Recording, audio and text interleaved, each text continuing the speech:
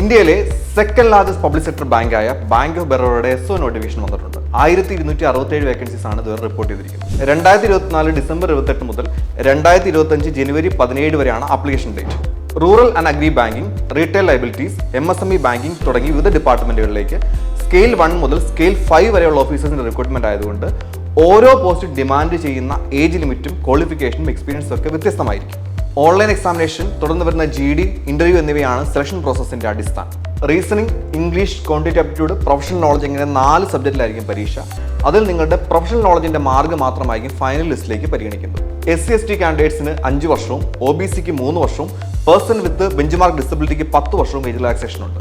അതുപോലെ തന്നെ general, OBC, EWS കാൻഡിഡേറ്റ്സിന് 600 രൂപയും SC/ST, PWBD അതുപോലെ വുമൺ കാൻഡിഡേറ്റ്സിന് 100 രൂപയാണ് ആപ്ലിക്കേഷൻ ഫീസ്. ഉയർന്ന ശമ്പളത്തോടെ ബാങ്കിംഗ് കരിയർ ആഗ്രഹിക്കുന്നവർക്ക് ഏറ്റവും മികച്ച അവസരമാണ്. So apply fast and prepare well.